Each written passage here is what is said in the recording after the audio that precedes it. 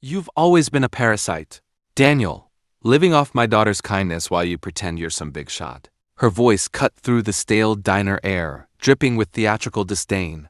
And I swear the clink of forks against plates stopped dead for a second as every set of eyes in the place flicked toward me, some in quiet pity, some in quiet hunger for more drama, and a couple, the regulars in the back booth, leaning in like they'd just hit the jackpot on small-town gossip night, because here I was, Daniel Harris, age 39, born and raised in Akron, Ohio, sitting in the corner booth at Miller's Diner on a rainy Thursday night, being gutted in public by my mother-in-law like I was some fresh catch she'd dragged in to fill it. And she knew exactly how to make it sting. She had a talent for it, weaponizing that sing-song voice of hers so that every barb sounded like it was dipped in sugar but left a scar. And I could feel my jaw tightening but my mouth staying shut because I'd learned that in this town, in this family, the first one to lose their temper lost the argument in the eyes of every bystander, and I wasn't about to give her the satisfaction. Not tonight. Not when I had bigger things to think about. Not when I was already counting the steps of a plan she didn't even know existed. Before we get deeper into this story, make sure you're subscribed, and tell us in the comments where in the world you're listening from. What she didn't know, what nobody in that diner knew except me, was that 6 months earlier I'd put something in motion. Something quiet. Something buried so deep in the background noise of our collapsing marriage that even my soon-to-be ex-wife, Claire, hadn't noticed, and I could feel it ticking away like a clock only I could hear, patient and inevitable, the way you hear a train long before it appears on the tracks. And I wasn't about to stop it now. But standing in that diner, with the smell of fried onions and burnt coffee pressing in on me, my reflection warped in the chrome napkin holder, I remembered the first time I'd stepped into her parents' house, back when they'd still pretended to like me, back when her father had clasped my hand and slipped me a silver pocket knife, the kind with a smooth, worn handle and a blade that caught the light like water, saying it had been in the family for years and now it was mine, a welcome to the family gift, and I'd carried it in my pocket ever since, more out of habit than sentiment, but that night in the diner, I felt the weight of it like a reminder, a promise, something that would matter again before this was over. The rain outside was steady, streaking the windows, and I could see our waitress, Mindy, hovering by the coffee pot, clearly uncomfortable, shifting her weight from foot to foot as my mother-in-law continued her performance, now listing all the ways I'd supposedly failed Claire, how I'd spent too much time at work, how I'd never understood real love, how I'd put my own ambitions above family, and I could see a couple of younger guys at the counter exchanging smirks, probably imagining what it'd be like to have a woman tear into them like this in public. Not realizing that this wasn't some random blow-up, this was a carefully rehearsed act, part of a larger campaign to grind me down, to make me small, to make me the villain before the divorce papers were even signed. And here's the thing, if you'd asked me even a year earlier whether I'd still be trying to save my marriage after all the cracks that had formed, I'd have said yes without hesitation, because I'd believed in work, in endurance, in the idea that love wasn't about constant fireworks, but about showing up every day even when the wind was against you. And for years, I had shown up through layoffs, through my own 80-hour work weeks building a logistics business from the ground up, through Claire's restless seasons where she'd float in and out of hobbies and jobs and moods like a traveler, never unpacking her suitcase. And I thought her parents' occasional digs about my blue-collar roots or my little trucking company were just noise. The way some families test you to see how tough you are, but somewhere along the way, they'd stopped being background noise and started being a full-time strategy, and I had been too tired, too focused on keeping the lights on to notice the shape of the trap they were building. It started small, little asides at family dinners, Claire coming home upset because her mother had concerns about the hours I was working, or her father asking me in that smug, mock-friendly way if the business was still afloat. But by last Thanksgiving, the tone had shifted, and suddenly it was open season on me. Everything I did reframed as selfish or suspicious, and Claire, already leaning away from me emotionally, started leaning on them for comfort, and they made sure that comfort came with conditions. They knew the right words to plant in her head, the right half-truths to repeat until they hardened into facts, and when Claire found that I'd set aside a separate business account, money she didn't know about, they spun it as evidence that I was preparing to leave her, not that I was protecting the company from her parents' constant meddling. That was the week she told me she wanted a trial separation, though the trial part was a lie. Her parents already had a lawyer lined up, the kind that specializes in wringing a man out like a wet rag. I should have been angry at Claire, and maybe part of me was, but most of my anger sharpened itself against her parents because I could see their fingerprints all over it. The way they orchestrated the narrative, the way they played the audience, the way they wanted not just to win but to humiliate me, to make me into the cautionary tale they could tell at church luncheons and garden parties. That's when I knew I had to stop trying to salvage the wreckage and start planning the counterstrike, because if they were going to turn this into a public spectacle, then I was going to give them an ending they'd never forget. I remember that night after she moved out. The house felt different, the air hollow, and I sat at the kitchen table with that silver pocket knife in my hand, flipping it open and closed, the click of the blade echoing in the empty room. And I thought about every conversation we'd had in that house, every compromise I'd made, every slight I'd let pass. And I realized that sometimes endurance isn't strength, it's just slow surrender. And I was done surrendering. I didn't slam doors or make threats. I went quiet, and I stayed quiet, because quiet men get underestimated, and I wanted them to believe I was just another man broken by a divorce, licking his wounds while they stripped me of everything. I still went to Miller's Diner on Thursdays because routine was my camouflage, and I'd nod at the same faces, drink the same coffee, read the same local paper, all while my plan moved forward 1 inch at a time. That's the thing about revenge. The movies make it look loud, but in real life, the best kind is almost silent until it lands.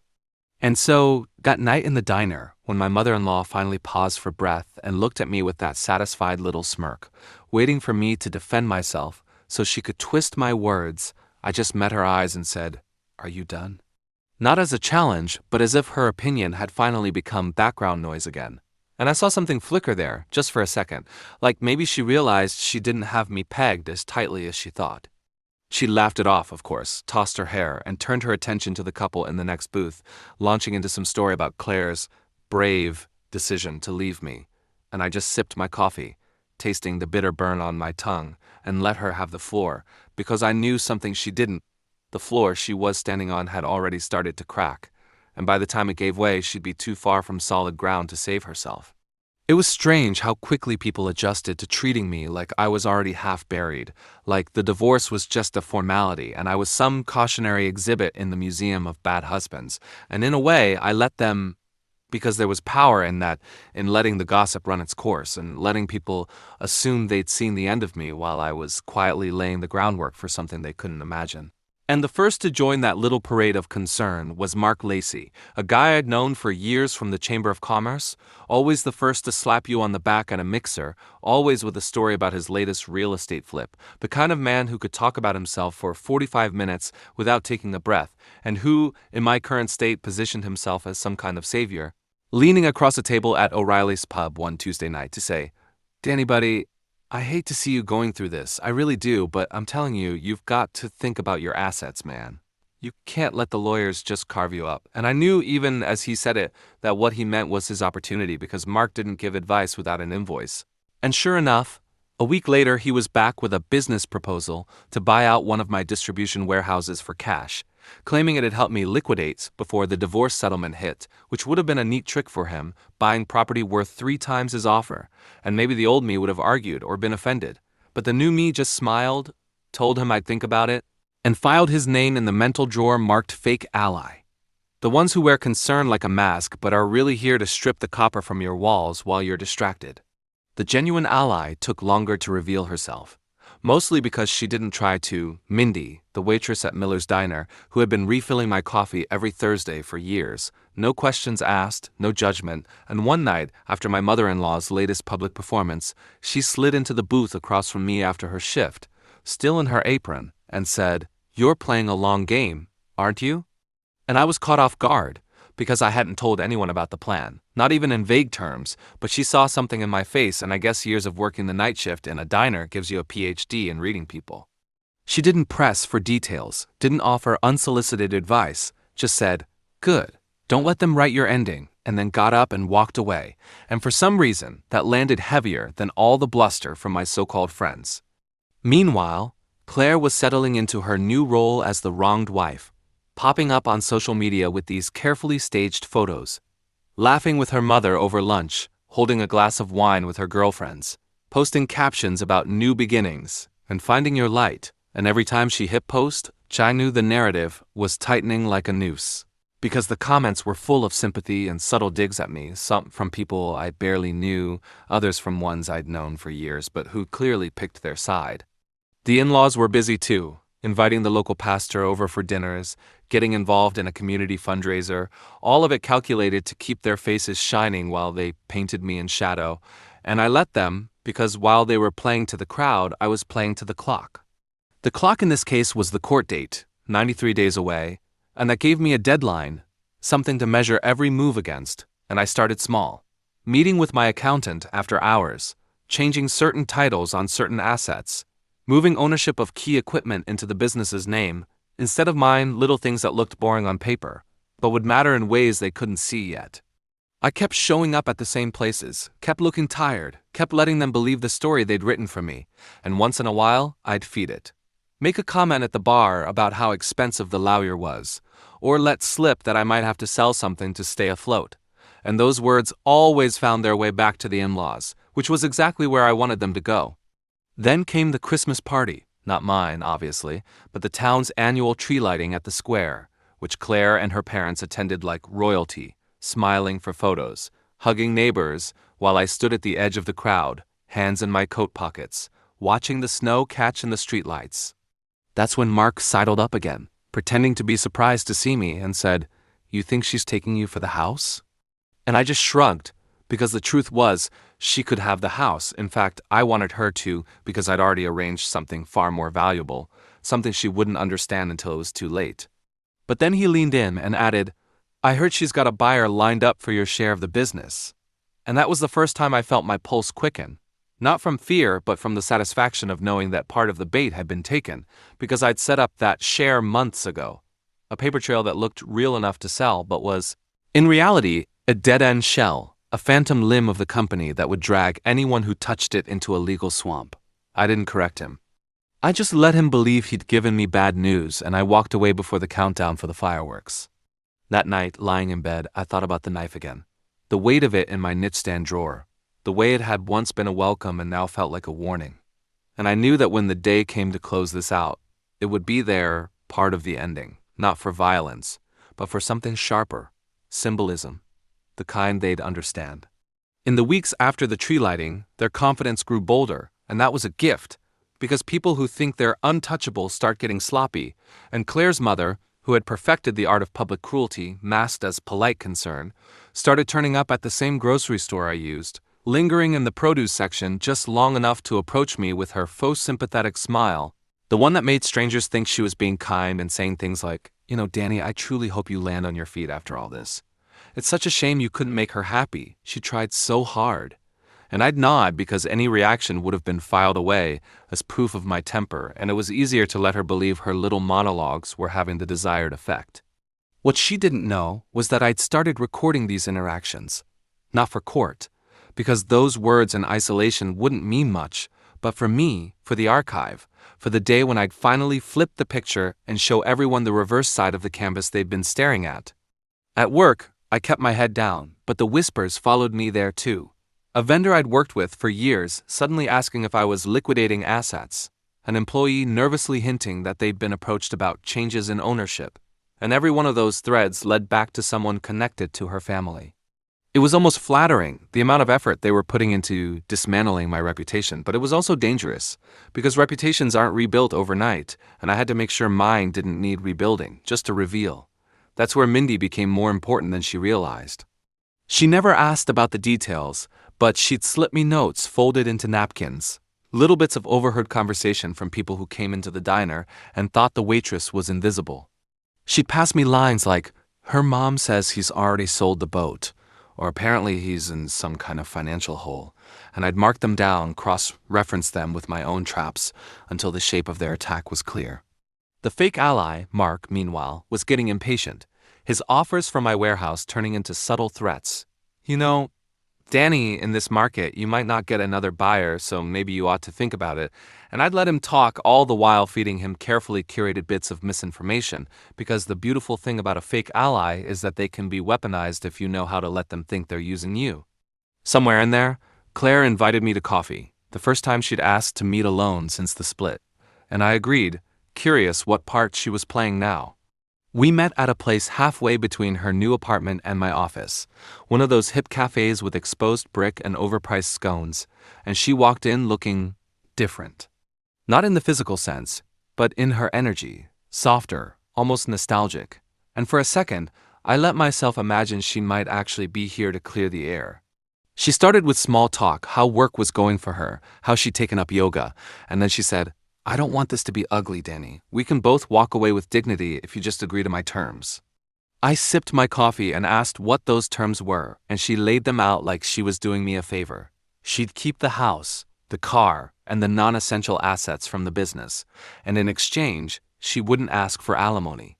I almost laughed, but instead I asked her how her parents were doing, and the flicker in her eyes told me I'd hit the nerve, because she knew that I knew they were the architects of this little proposal. I told her I'd think about it, and she seemed relieved, which meant she believed I was considering it, which meant the bait was working. That night, I went home and pulled out the manila folder from my desk, the one labeled Winter Project, and reviewed the final stages of the plan. There were still gaps to close, documents to prepare, and a couple of last moves that required perfect timing, but the bones were there, and every smug smile from her mother only made the structure stronger. By mid-January, they were in full performance mode, throwing Claire a fresh start party at her parents' country club, complete with speeches about resilience and new chapters, and I wasn't invited, of course, but that didn't matter because I already had a copy of the guest list. Not for petty revenge, I wasn't going to show up or crash it, but because certain names on that list were going to get letters from me later, very specific letters that would change the way they saw the whole saga. The very next morning, I got a call from my lawyer telling me Claire's side had filed an urgent request for financial disclosure updates, which was code for "they think they found something," and I knew immediately they were talking about the fake company share. Perfect. I told him to give them everything they were asking for, in fact to give them more because the trap only works if they feel like they've uncovered it themselves. Over the next 2 weeks, I played the part of a man barely keeping up, letting them set the pace, letting them think they'd outmaneuvered me, while behind the scenes I was shifting pieces into their final positions. The last piece fell into place on a Tuesday night when Mindy called me. She'd never called before, only passed notes, and said, "They think they've already won." I heard her mom say it at the diner tonight. I thanked her, hung up, and for the first time in months, slept through the night without waking up to that knife in the drawer calling to me. But the thing about the long game is, you can't end it on a whisper. It has to end on a bang, and I had the perfect stage for it. The final divorce hearing. 93 days had become 3, and by then, the in-laws were strutting like peacocks. Mark was circling for his deal, and even people I'd counted as neutral were looking at me like they were just waiting for the official stamp on my defeat. The morning of the hearing, I shaved, put on my best suit, and slipped the knife into my inside jacket pocket, not to harm but to hand over at exactly the right moment, because that knife wasn't just a wedding gift anymore, it was a headline waiting to be written. When I walked into that courthouse, I could feel the eyes, hear the murmurs, and in the front row sat Claire's mother, her smile already halfway to a smirk, as if she knew this was just a formality. She didn't know a thing. When the bailiff called our case, I walked up to the table like a man arriving late to his own funeral, which was exactly the energy I wanted them to see. Slouched shoulders, slow movements, the aura of someone already beaten. Because predators relax when they think the kill is clean, and I needed them to relax just a little more before I took it all away. Claire sat beside her attorney, all clean lines and neutral colors, her hair swept back like she was auditioning for the role of reasonable ex-wife in some courtroom drama, and her mother was right behind her, hands folded in her lap, wearing that particular perfume I used to associate with Sunday dinners, but now smelled like smoke from a distant fire. I didn't glance at them for more than a second, because attention is currency in rooms like this, and I was here to spend mine only once, at the precise moment it would bankrupt them. Her lawyer opened with the usual, a monologue about equitable division, painting Claire as the wronged party who only sought fairness, the language carefully chosen to sound generous while ensuring that I was left with the scraps.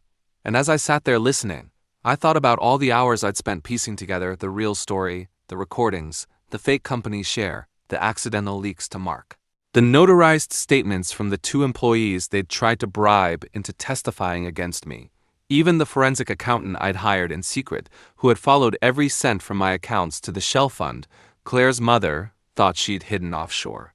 I could feel the weight of it all in my briefcase, a storm compressed into paper and ink.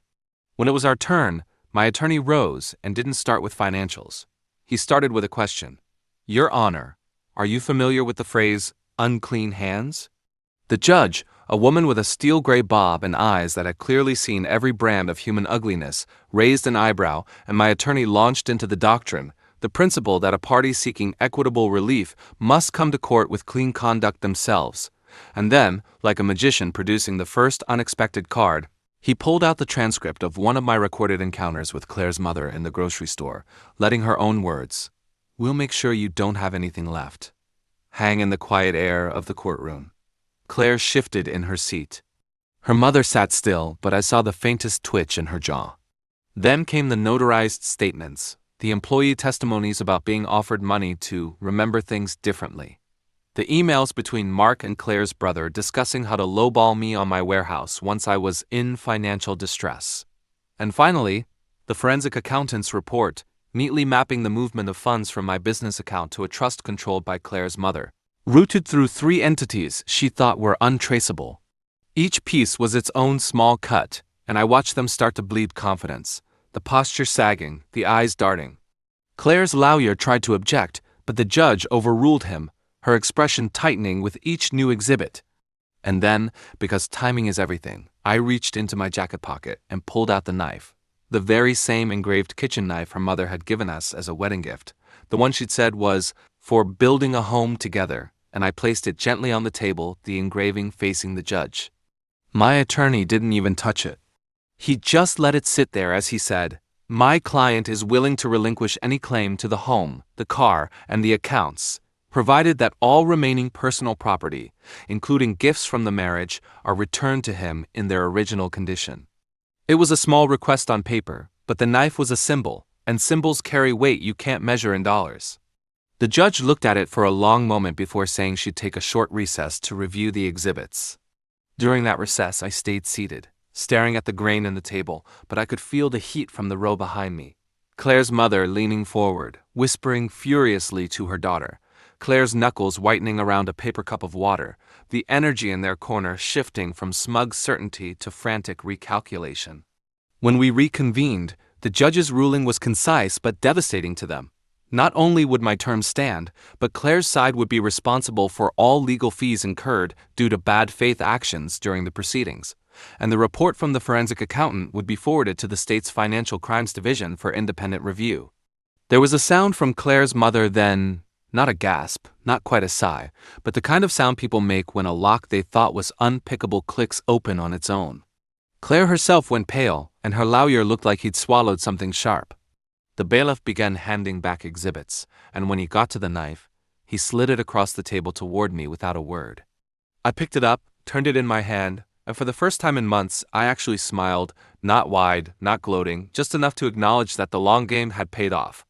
Outside the courthouse, reporters had gathered, tipped off by someone, maybe Mark, maybe someone else who thought they were hurting me, and when they asked for comment, I simply said, "Sometimes the truth just needs time to sharpen itself," before walking to my car. In the rearview mirror, I saw Claire standing on the steps, her mother beside her, both of them looking out over the parking lot like they couldn't quite believe the ending they'd just been handed. But this wasn't the ending, not yet. Because the state's investigation was only beginning, and I still had one letter left to send, one that would land on the desk of every single guest who'd attended her fresh start party, containing nothing more than a scanned copy of the forensic report and a short handwritten note from me. Thought you'd want to see the full picture. The letters went out on a Tuesday, quiet and unremarkable except for the fact that the postmark was from the same little corner post office I'd used since I was 18, the one where the clerk still called me kid out of habit. I'd thought about using email, or even social media, but paper carried a weight, a permanence that digital gossip couldn't match. Paper gets passed around at kitchen tables, folded and tucked into drawers, stared at in the silence between commercials. And I wanted every person who'd sat in that room drinking Claire's wine and nodding along to her mother's stories to hold the truth in their hands and feel the heat of it seep in. By Thursday, my phone started buzzing. Not with apologies, because apologies require courage, but with the quieter signs of shifting tides. Mutual acquaintances suddenly liking my old photos, business contacts checking in under the pretense of just thinking about you, and even Mark's ex-wife, who'd barely spoken to me in years, sending a 2-word text, finally happened. And then, on Saturday morning, as I was making coffee, the first real break hit. A news alert about the state's Financial Crimes Division raiding an office downtown, the grainy photo unmistakably showing Claire's mother in the background, her face half hidden behind a clipboard as agents carried out boxes. Within hours, the local news was playing it on repeat, their neatly edited package including not just footage of the raid, but a rundown of her community positions, the charitable boards she'd sat on, the school gala committees, each title now juxtaposed with words like embezzlement and fraud investigation. Claire didn't call, but I heard from a mutual friend that she'd packed up and left town for a reset at some spa in Arizona, which I imagine was just another echo chamber where no one would tell her the truth to her face. Mark called. Not right away, and not to apologize, of course. His voice was tight, the false casualness so thin it might as well have been paper, and he asked if I was happy now, like this was some impulsive tantrum I'd thrown instead of a year-long chess match. I told him I wasn't happy. Happiness wasn't the point. I told him this was about balance, about restoring the scales they'd all gleefully tipped against me, and then I hung up before he could turn it into one of his monologues. But the real victory wasn't the public shaming, it was the slow-motion collapse I got to watch from a distance. The trust Claire's mother had used to funnel money dried up almost overnight, its assets frozen, which meant the investment property Claire had been so smug about keeping in the divorce went into foreclosure within months. The friends who'd been so quick to believe their version of the marriage started disappearing from their social calendar because in a town like ours, proximity to scandal is contagious. The most poetic detail, though, came almost by accident.